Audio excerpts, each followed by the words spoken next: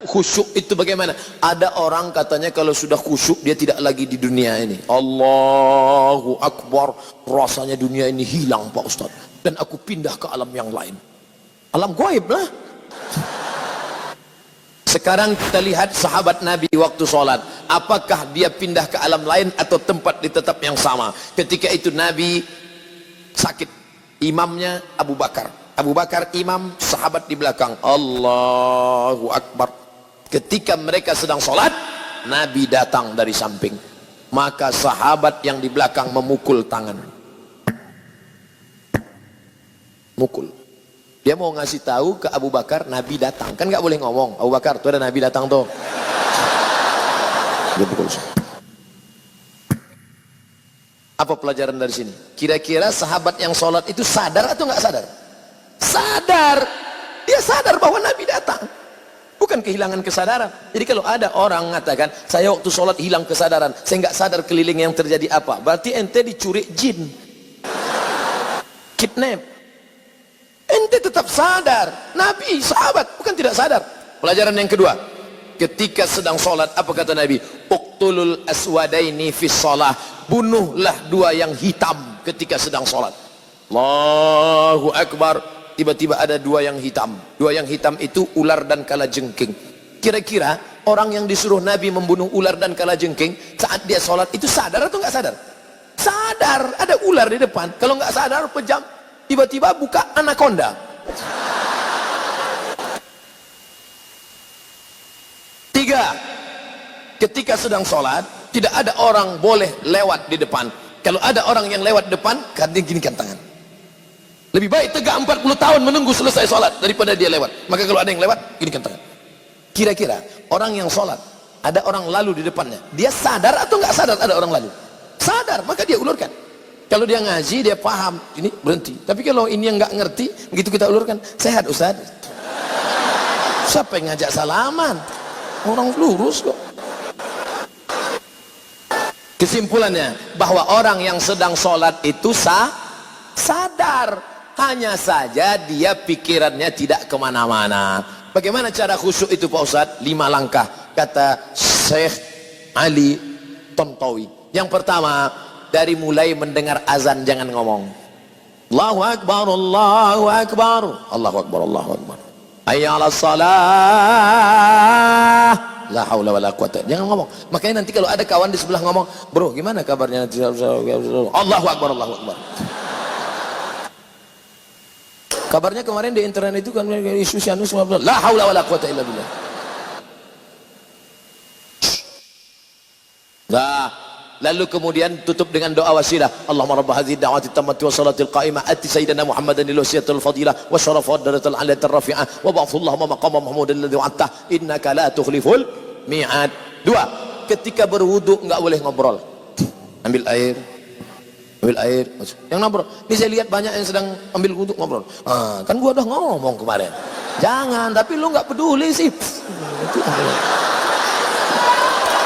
Nggak boleh ngomong. Makanya hadis riwayat Ibnu Majah, ketika air kau masukkan ke mulut, saat itu keluar dosa-dosa mulut. Ketika air menyiram muka, keluar dosa dari kelopak mata. Ketika air menyiram tangan, keluar dosa dari celah jari jemari. Ketika air mengusap kepala, keluar dosa sampai lubang telinga. Ketika air menyiram kaki, keluar dosa dari celah-celah jari jemari kaki. Maka kau khusyuk, lalu kemudian kau tutup dengan doa, Allahumma ja'alni minat tawabin wa ja'alni minal mutatahhirin wa ja'alni min ibadikas. Yang ketiga, dari tempat wudu ke tempat sholat nggak boleh tasbik. Tasbik itu menjalin jari jemari, keretak. Nggak boleh tasbik, retak. Tangan dia udah nggak bunyi, tangan kawan dibunyi kayaknya. Nggak boleh. Jangan tasbik, yang boleh tasbih. Subhanallah, subhanallah, subhanallah. Azan belum berkumandang atau sudah azan iqamat belum? Subhanallah, subhanallah, subhanallah. Gimana kabarnya? Jadi kita besok pergi seminar acara undang. Subhanallah, subhanallah. Nah, lalu kemudian yang keempat, pahami bacaan. Saya tidak nyuruh menterjemahkan, yang diterjemahkan. Inna solati my praying, wa mahyaya my life, wa mamati my die. Lillahi ta'ala for you oh my God. Bukan diterjemahkan. Bukan diterjemahkan. Jangan nanti ada yang menerjemahkan. Bismillahirrahmanirrahim. In the name of Allah, most gracious, most merciful. Tidak perlu kau terjemahkan. Yang penting kau paham saja, connect maknanya. Sama seperti ngomong bahasa Jawa. Saya bukan orang Jawa, saya orang Melayu dari Sumatera. Tapi ketika saya bahasa Jawa, saya tidak perlu terjemahkan. Pripun kapari Pak Apis uang perang-perang dino ora teko kene. Enggak perlu diterjemahkan. Ngapa diterjemahkan? Yang penting paham. Jangan diterjemahkan. Allahu Akbar kabira walhamdulillahi katsira wa subhanallahi bukratan wa asila wajjahtu wajhiya lilladzi fatara as-samawati wal arda hanifan musliman wa ma ana minal musyrikin inna salati. Mata melihat tempat sujud. Makanya jangan mata, apalagi di masjid ini, mata kalau jelalatan, wah keramik, wah ini mahal ini, wah berapa ini, apalagi nanti sholat zuhur, ini belum dibuka, ngelihat, wah Ustadz somat sama Ustadz, wah ada pahit tren. Oleh sebab itu maka ini bahaya, makanya mata lihat di sana. Makanya kalau sholat ke masjid jangan pakai baju yang ada tulisan-tulisan. Ini sudah terlambat datang hari Jumat, khotib naik pakai baju tulisan, tulis ini. Emang masalah buat lo? Gimana orang sholat? Nah, jangan pakai tulisan. Ibu, kalau pakai mukena jangan yang terlalu rame. Ini mukenanya semua bunga, bunga matahari, bunga kenanga, bunga kemboja, bunga tai ayam, ada semua di sini.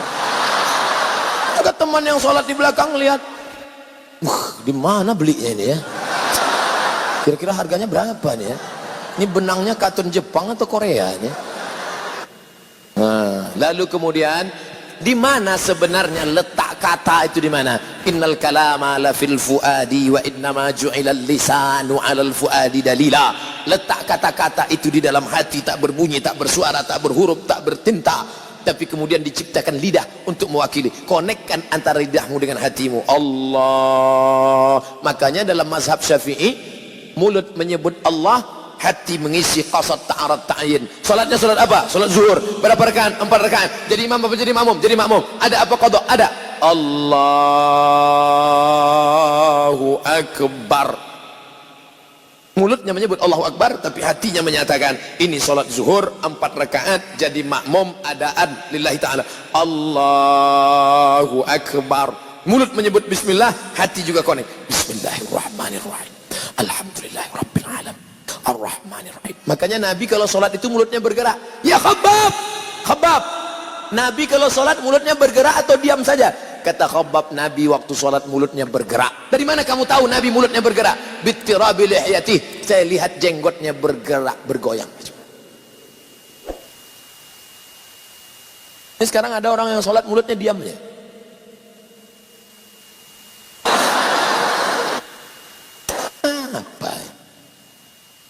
Berdoa juga bersuara. Ud'u rabbakum, bersuara, lirih, mulut bergerak. Ya Allah, tolong aku ya Allah, tolong anak-anakku ya Allah. Ini ada orang berdoa mulutnya diam ya. Rasanya tak perlu kusebutkan satu persatu, karena aku yakin kau tahu yang ku mau. Ustadz tolong jelaskan makna. Sudah. Apa hukum musik? Buka, pertama syaratnya beli 4 GB. Setelah itu tulis di www.youtube.com. Kau mau tanya tentang apa? Kredit, Somad kredit. Tanya tentang apa? Tentang musik, Somad musik. Tanya tentang apa? Politik, Somad politik.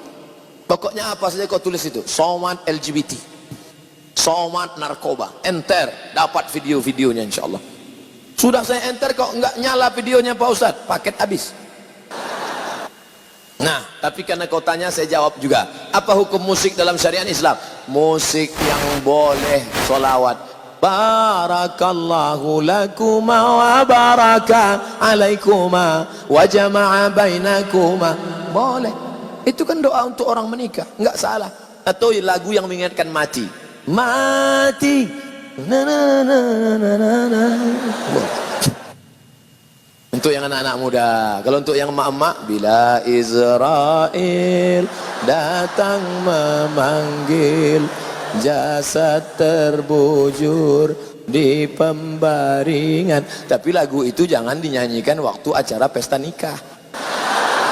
Berikut ini mari kita dengarkan satu lantunan lagu yang disampaikan oleh ibu-ibu dari majelis pengajian. Sekujur tubuh akan menggigil, sekujur badan kan kedinginan. Pengantinnya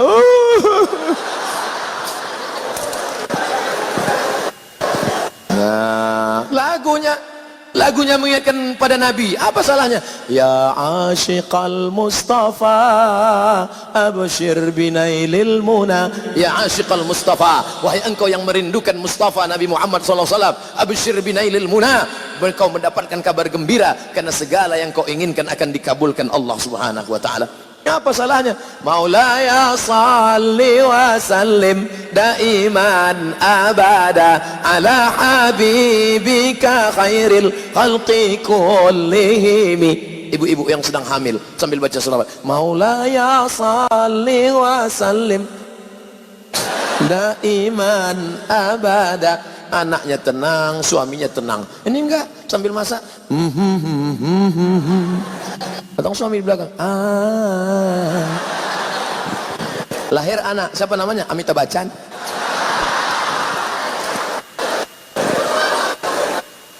Kalau puasa sunnah kan boleh dua niat. Kalau sholat sunnah apakah boleh juga Ustadz dua niat? Niatnya satu saja.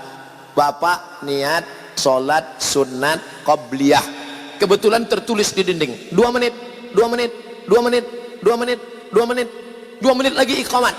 Kalau tahiyatul masjid nggak dapat qabliyah, tapi kalau qabliyah otomatis dapat tahiyatul masjid. 2 menit, 2 menit, 2 menit, sholat qabliyah. Selesai qabliyah, loh kok nggak iqamat? Tanya pengurus, Pak pengurus, kok nggak iqamat? Jamnya rusak Pak. Makanya tanya dulu. Bagaimana jika kita menemukan uang? Oh, ini enak ini. Uang itu kita masukkan ke dalam kotak amal langsung tanpa kita umumkan. Namanya luqatah. Luqatah harus diumumkan selama 1 tahun. Kalau selama 1 tahun tidak ada pemiliknya, itu milikmu. Makanya selama setahun itu kau berdoa supaya tidak datang pemiliknya. Pas hari yang ke-359, ya Allah, jangan sampai datang dia. Pagi 360 dia pun datang. Kiamat sudah terjadi, saudaraku.